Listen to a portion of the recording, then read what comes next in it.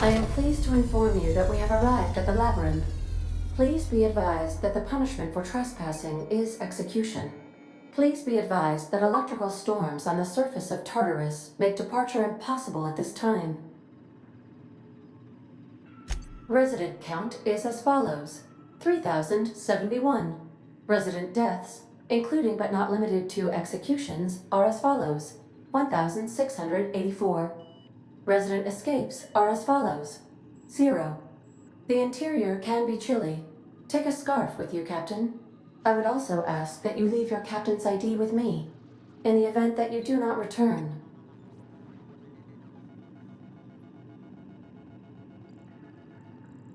Understood. If you die or are incarcerated for life, I can generate a new ID for the next captain.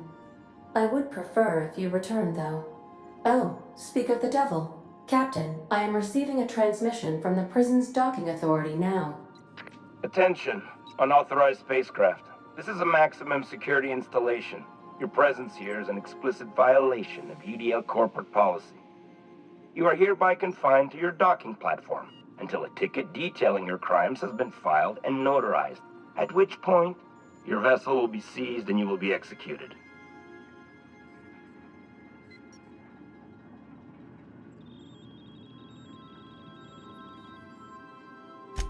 UDL does appreciate the courtesy you've done us by delivering yourself here. As a show of our deepest gratitude, we will make your execution quite swift.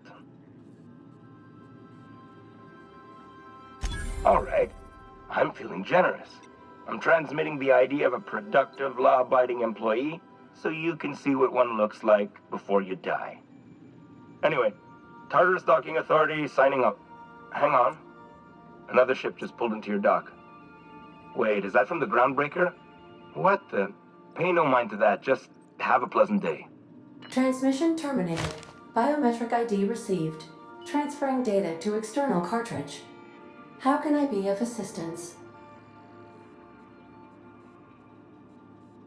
May luck be with you. Of course, as I am sure you are aware, luck does not exist. But it seems to comfort humans to believe they possess good quantities of it.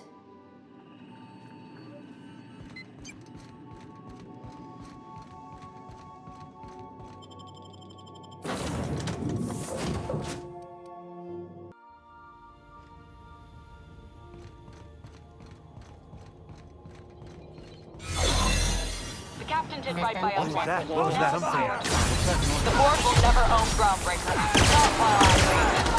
Push on, Margot. Groundbreaker just Margot! What was that? This will be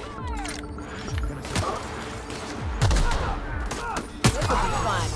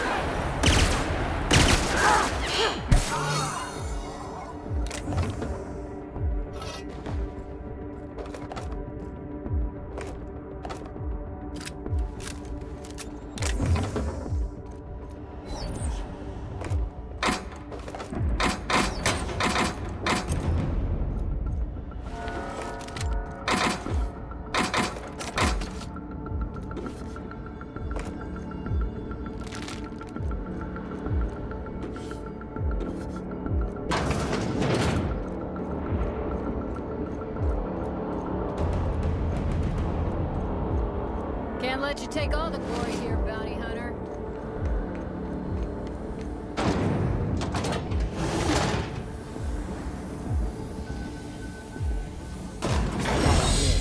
I'm not too keen on walking into a prison.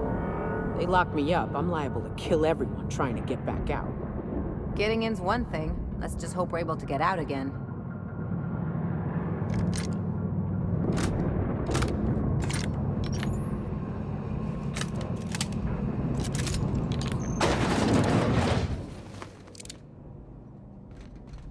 Nice of them to leave us a few options.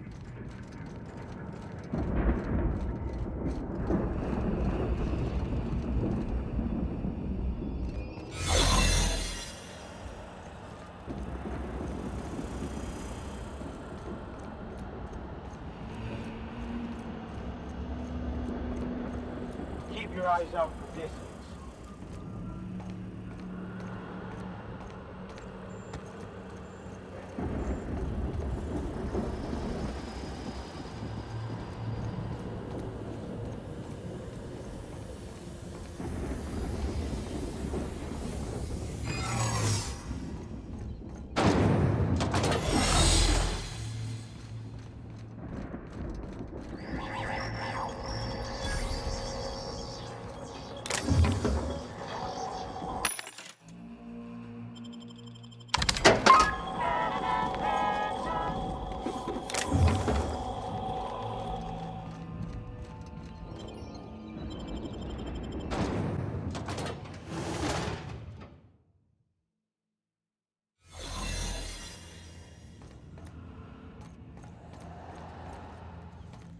Guess we're going up.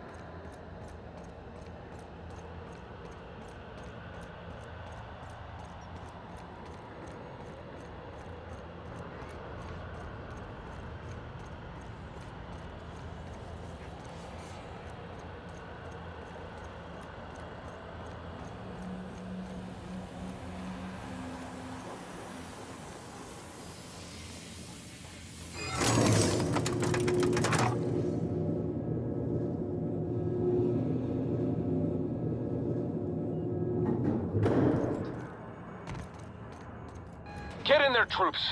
For Monarch! For Halcyon! Open fire! What was that? Not so fast! I saw...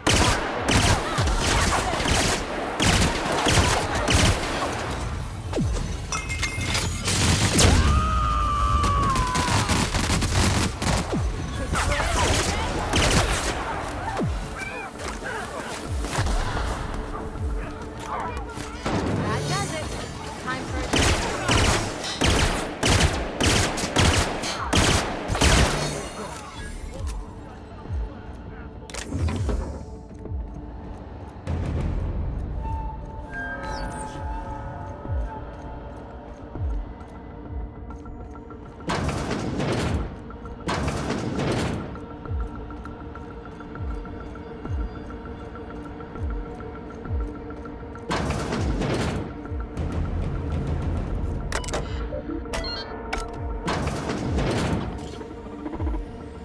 Well, look who it is. I'll be damned. I was prepping the studio for our announcement, and here you are as a bonus. Ah, and the wayward doctor. Are you about done with your escapades? We have faces that need lifting, after all. These days, I'm more interested in breaking them. Wouldn't mind taking a swing at yours.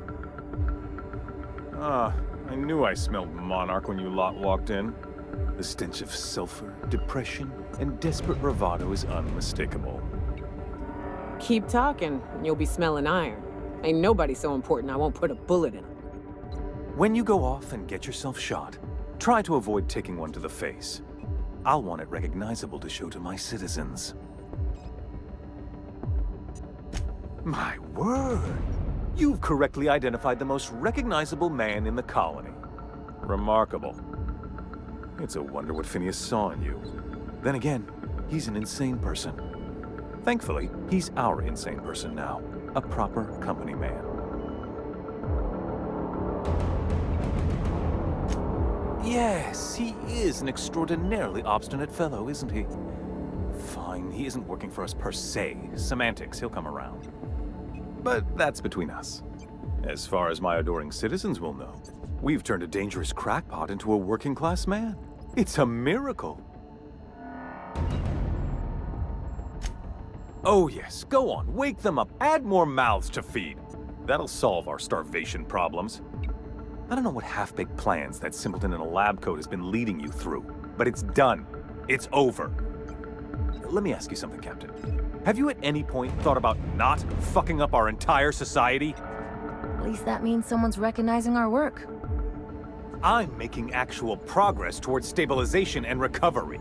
You're just getting in the way.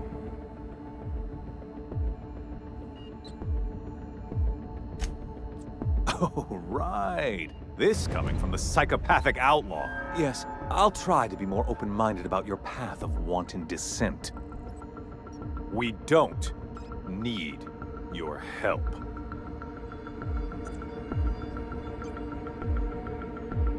You have? Is that what you were doing at the Ministry? Look, I'm not an unreasonable man.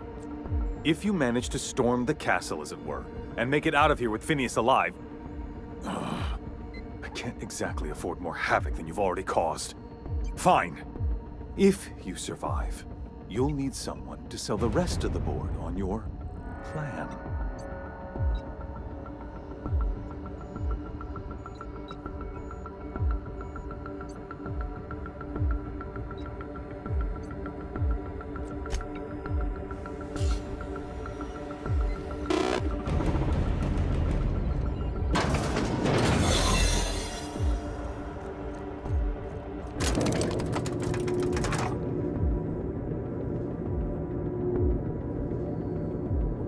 Get him!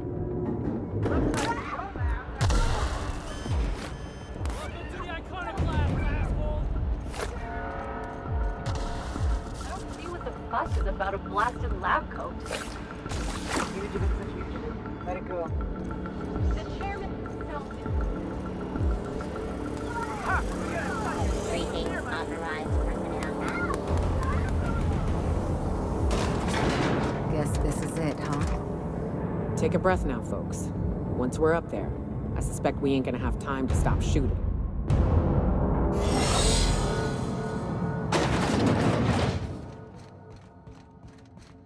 Captain, you have an uncanny talent for complicating my life.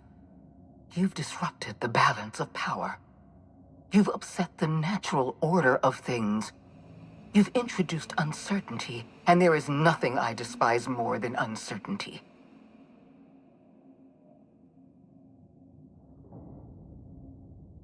I'm afraid I can't do that.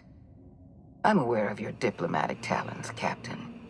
You have a gift for manipulation, but I warn you, I'm no easy mark. For all your talents, you are the enemy of Halcyon. And therefore you are my enemy.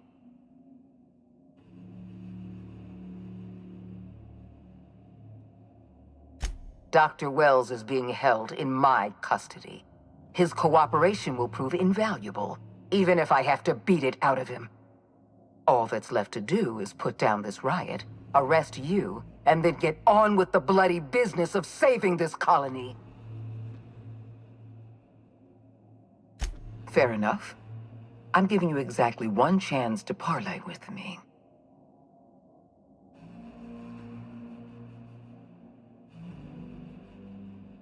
This prison is equipped with an automechanical warden. I've had it programmed to eliminate you on sight and rinse your remains down a drain. And don't worry. I will inform Dr. Wells that you died heroically, or something.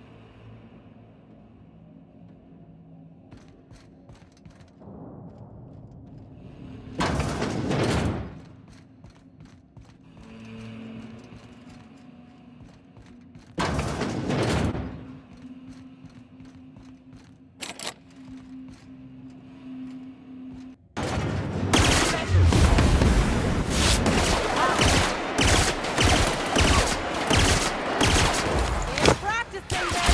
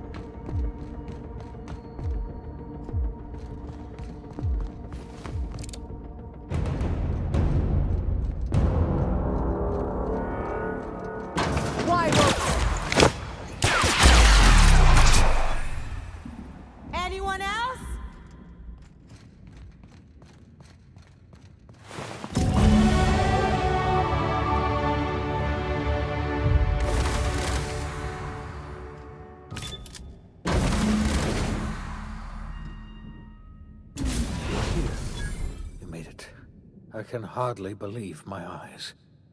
You didn't have to do this, you know. Risk your life just to save mine.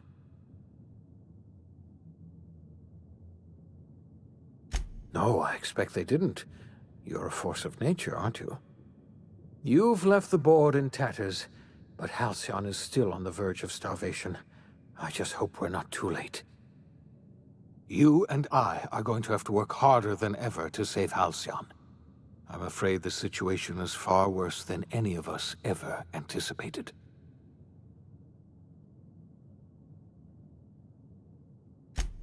I wish I could be as optimistic as you, but we have a serious problem on our hands.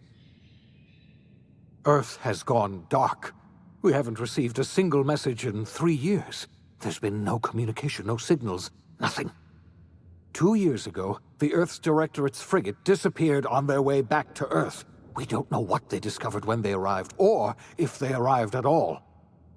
They haven't exactly been hands-on around here anyway. So there's one less rubber stamp to worry about. Earth is humanity's home planet, Miss Fenhill. The psychological effects of losing our original home will be devastating. So we've got to make do on our own. Seems to me that'll make us stronger in the end anyhow. You're quite right. We've got no choice but to make do on our own. Earth isn't going to help us. No one's going to help us now. We're alone out here, and I don't know if we're going to survive. I had hoped your fellow colonists might hold the key to saving Halcyon, but I don't have nearly enough chemicals to revive them all. I'll do what I can. I just hope it's not too late. It's time I return to my lab. I'll try to save as many of the Hope's colonists as I can. You're under no obligation to help me. You've done enough already.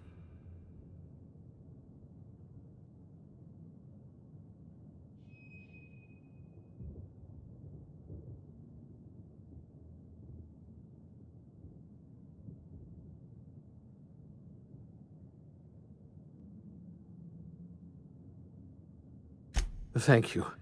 I'm going to need all the help I can get. I know I've asked too much of you already. I revived you into a strange and unfamiliar colony. I put your life at risk. I made you an accomplice to my own ends. We were going to save this colony, you know. That's what I told myself when I pulled you from the Hope. You and I were going to set everything right. Now, I don't know what to think. Earth is gone, and we're going to need a miracle to survive another generation. I always suspected Halcyon might collapse one day. I just thought we would have more time.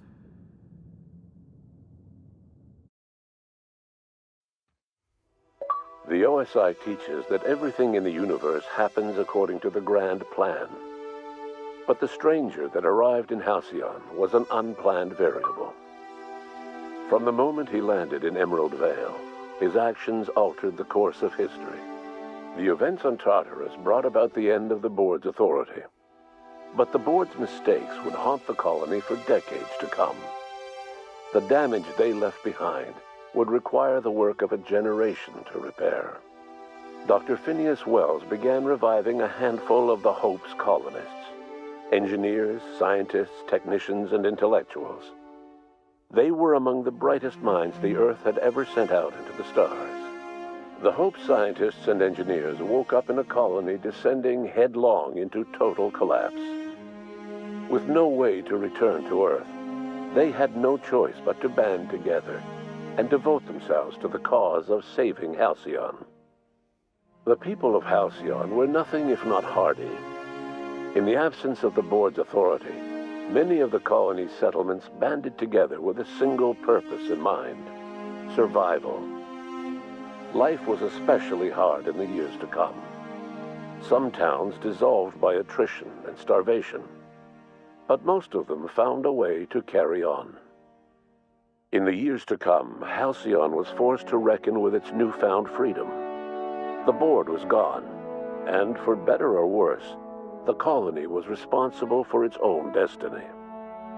As the colony struggled to survive, the inspirational story of the iconoclasts spread like wildfire. and Graham was able to bring many of the smaller Terra 2 townships into the fold. However, his zealous obsession with spreading the word blinded him to the needs of a growing organization, and the movement was unsustainable at scale. The iconoclast way seemed to work best, and ultimately petered out on Monarch. Consumed by paranoia, Lilia Hagen took Sublight Salvage in a controversial direction, openly accusing board officials of an extraterrestrial conspiracy. One day, an accident at the Groundbreaker's docking bay silenced her forever. Time would tell if her replacement could keep the Sublight family together. The collapse of Edgewater left its workers bereft of any purpose in life. Most of them made their way to Adelaide McDevitt's camp, hoping to ingratiate themselves into her favor.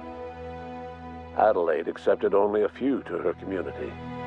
The rest were turned away and likely died of starvation. Nevertheless, Adelaide's camp grew into a well-established town.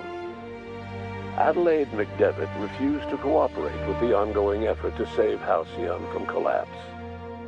A sympathetic deserter stole a copy of her research and delivered it to the Hope's scientists. It is unclear how useful Adelaide's research was. An optimistic estimate suggests her work may have bought Halcyon another few years of survival. Adelaide would never know. She died that winter. Under the leadership of Junlei Tennyson, the Groundbreaker held firm against corporate influence. The ship's mechanical stability gave Junlei the time to educate a promising generation of engineers, schooled in her family's traditions. The future of the Groundbreaker looks promising. The rediscovery of the Hope and the abandonment of the lifetime employment program forced Byzantium to come to terms with some uncomfortable realities about the state of Halcyon. While Byzantines were reluctant to surrender the luxuries they'd grown accustomed to, the board's diminished authority gave them little choice in the matter. Nearly everyone had to learn to make do with less. Some even had to get jobs. It was a dark time indeed. Ellie savored her adventures on the Unreliable. Once they were done, she returned to life as usual, running missions of dubious legality, shunning respectable work, and living life to the fullest. She meant to reach out to her one-time captain, but she was always bad at keeping in touch. Life in Halcyon was sobering for Felix Millstone. The grand revolution he dreamed of never came. There was no great awakening for the colony, no celebrations in the streets. There was only the hard, desperate work of trying to repair a broken colony. Felix never had a head for numbers, but if there was labor to be done, he was there to help. Eventually, Felix realized that the work of a revolution was done with two hands. After all he'd seen and heard adventuring with you, the vicar Maximilian de Soto renounced his faith and joined the effort to rebuild the colony.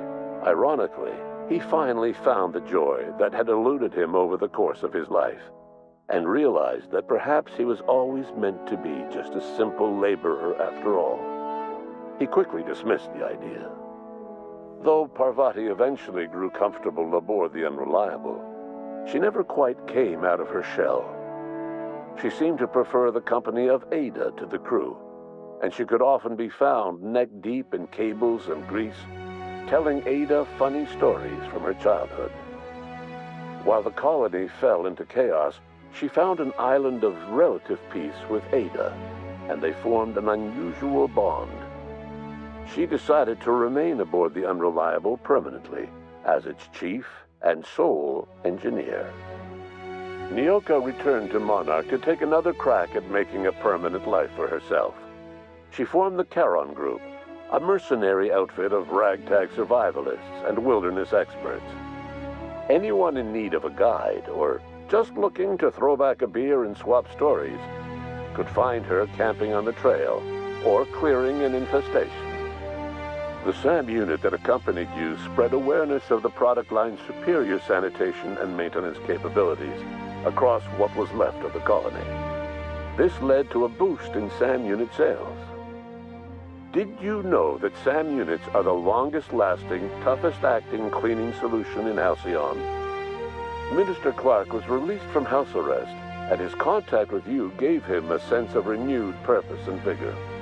Once it became clear that no help would be coming from Earth, he threw his considerable efforts and talents into helping Halcyon manage the crisis before it. Chairman Rockwell served as the public face for the changes in Halcyon to come. Whenever you needed strings pulled or a voice to sell a policy change, Rockwell was only too happy to oblige. As for Dr. Phineas Wells, he spent his remaining years in his orbital lab. He was never able to come to terms with his own past, troubled by the decision of placing all his faith in the first colonist he ever revived, the infamous Captain of the Unreliable. The revival project yielded mixed results. Phineas, weighed down by limited support and his own guilt, struggled to revive more than a handful of scientists and engineers. They made a heroic effort to solve the colony's problems, but with small numbers and facing long odds, their solutions never caught on. Only a few of the Hope's colonists were successfully revived. Wells died before he could see the fruits of his labor. He passed away a haunted man, crushed by the guilt of his failures. Small, petty factions squabble over what remains of the colony. Every attempt to reach out to Halcyon's neighbors is met with silence. And what about you, the unplanned variable in the history of Halcyon? Long after Wells passed away, you carried on his work with more energy, determination, and brilliance than he could ever muster. The years that followed were hard, but Halcyon survived by the efforts of the Hope's most promising colonists, the greatest of which was you. No one knows what's happened to Earth, and no one knows what the future has in store for Halcyon. All we know for certain is this: the name of the Unreliable and that of its intrepid captain